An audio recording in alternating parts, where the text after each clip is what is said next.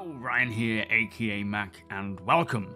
Today we are going to take a look at all of the features and deliverables which had work ending in the month of August. As always, a huge thank you to all of my patrons and channel members for making these videos possible, in particular to my latest channel member Afro Snowman and to my latest patron Hammerdown. Thank you so much for the support, it is truly appreciated. So each month I like to put together a video that takes a look at all of the work that is kicking off as well as finishing each month, just to keep us all more informed as to what work is going on in the background. Now before we get to it, just because a feature on the progress tracker has work beginning or completing in a particular month does not necessarily mean that it will release that quarter, the next quarter, or even in that year, as there could still be more work required from other teams, for example the downstream teams like audio, visual effects and so on. Or even priorities can shift and things can get pushed back until needed. It is, however, a good guide to see what could potentially come to the persistent universe when, but at the very least it shows us what work is being done at what time in the year. And the reason why I tend to leave it generally a month before I cover the previous month's work that finished is just to let things settle down on the roadmap so they're not just constantly being pushed back. Anyway, with that said, let us take a look at all of the deliverables and features that had work finish in the month of August. So let us kick off with the AR and map marker system.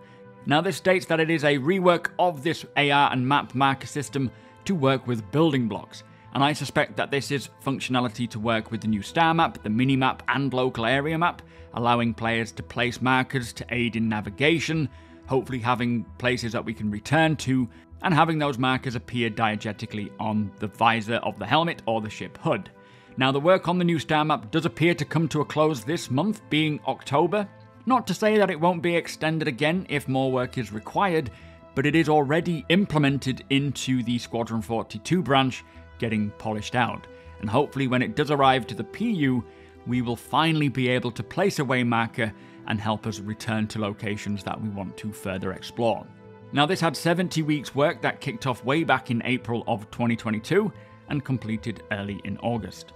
Next up we have the ATC service, which is referring to the air traffic controller, with this saying the logic for the ATC is handled separately on each dedicated game server, and as we move closer to the reality of server meshing, the logic for the ATC needs to transition to a separate service.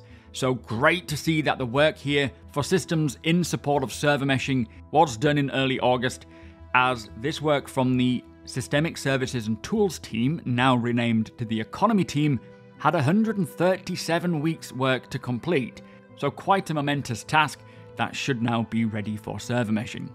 Next up we have one feature that I really hope to see in all of its blazing glory at CitizenCon this year, pun intended. It is the fire hazard system. Now this has been in the works for a whopping 126 weeks and has been extended time and time again, but now that I have left it a couple of months, it looks like the work has finally finished in August. And this was work from the AI Tech and Features team, the graphics team, and the visual effects team, so including the downstream teams. And as I say, I really hope we get to see a full in-depth demonstration of this system, or better yet, a dedicated panel on how this came to be and how players will deal with it in the various locations. As last time we saw during Inside Star Citizen, the fire system looked pretty amazing. Now next up we have the Gen 12 renderer Tier 1, and this was actually first rolled out in Alpha 3.18, however it was the as it comes version with further optimizations and improvements to follow while they progress to its completion. Now it looks to have finished its Tier 1 work in August, and we are already reading much about Vulkan, which required the Gen 12 renderer first. So here's hoping we get an update on the Vulkan API at this year's CitizenCon as well, as there are so many benefits to utilizing it. In fact, it was only yesterday or the other day on Spectrum where someone was asking about ray tracing, with a developer stating we should have something to say about ray tracing in the near future. A little sub-team of us have been working on a pre-release of the Vulkan renderer to build some ray tracing prototypes.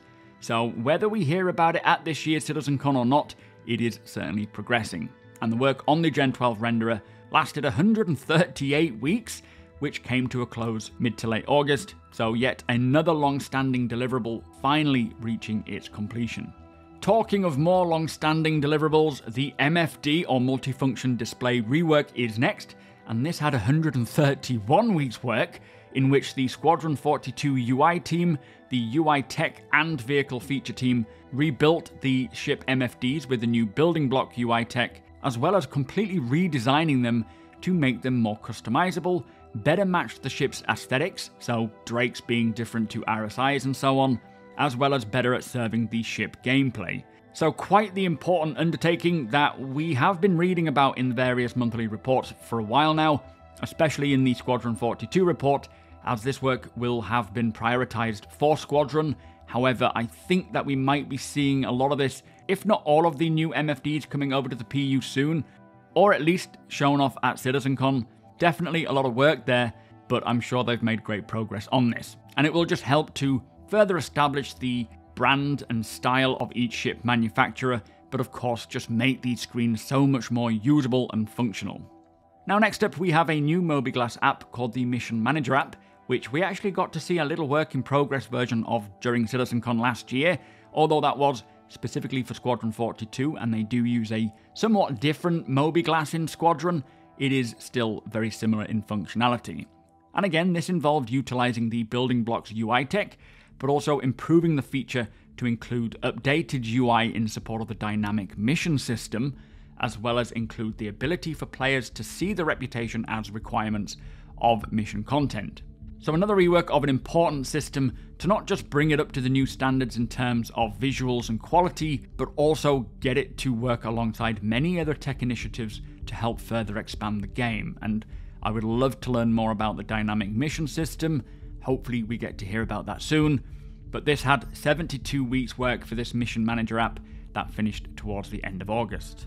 Now the next deliverable we have is a new mission called Steal Evidence, which is a criminal mission type where players need to break into security post Correa to steal files from Crusader for a hefty payout. And this only had 9 weeks work from the mission feature team that started at the end of June and completed mid to late August.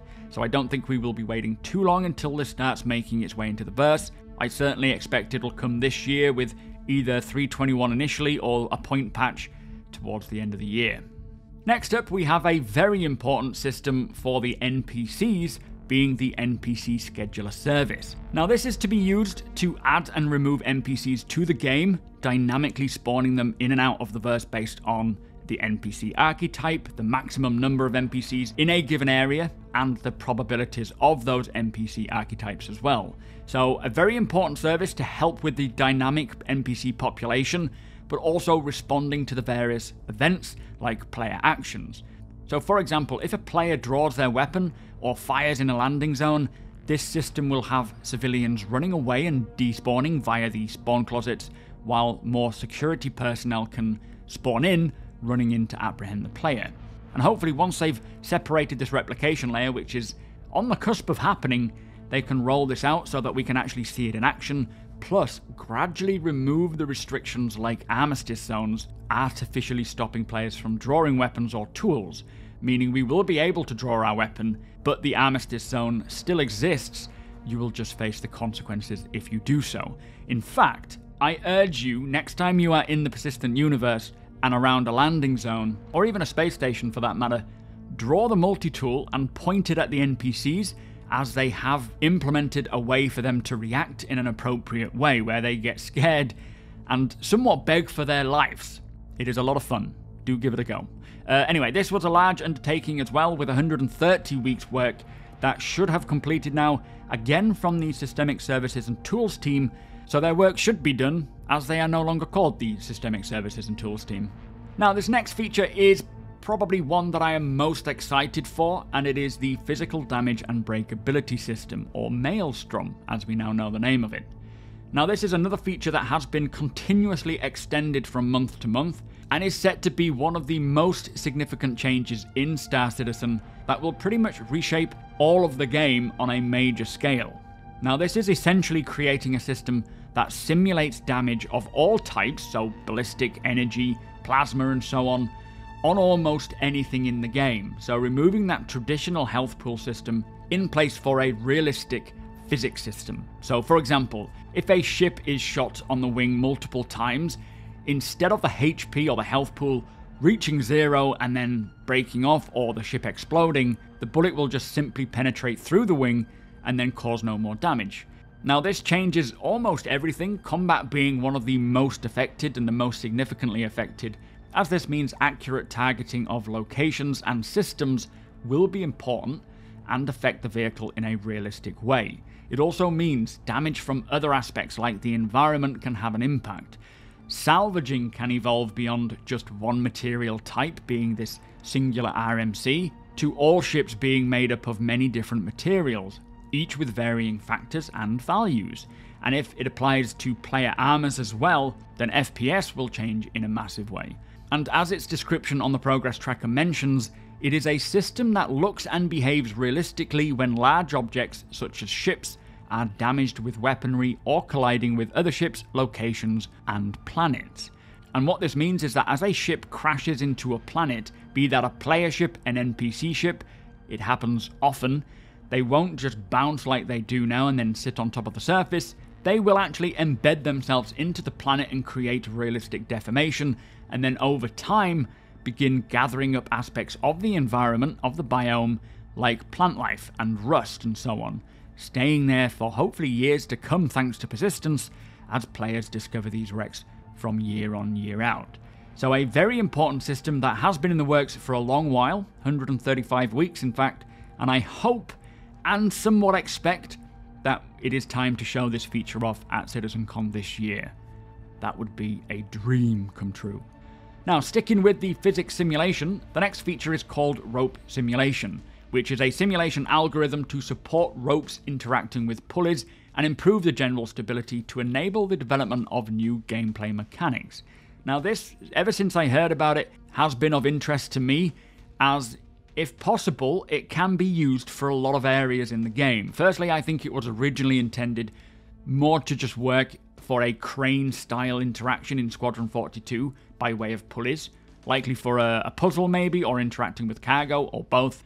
But ultimately, longer term, I think the plan is to expand on the player's ability to explore locations on foot, and having rope will really help here, especially if the Karak trailer is anything to go by, where someone is abseiling down. So I'm really looking forward to seeing how rope can be utilized in Star Citizen, as the potential is huge. Maybe they don't know just yet, and they will try some things out. But in August, the physics work has been completed for this, and after the Squadron 42 work has been done, I think we may finally get to see what CIG has in store for rope.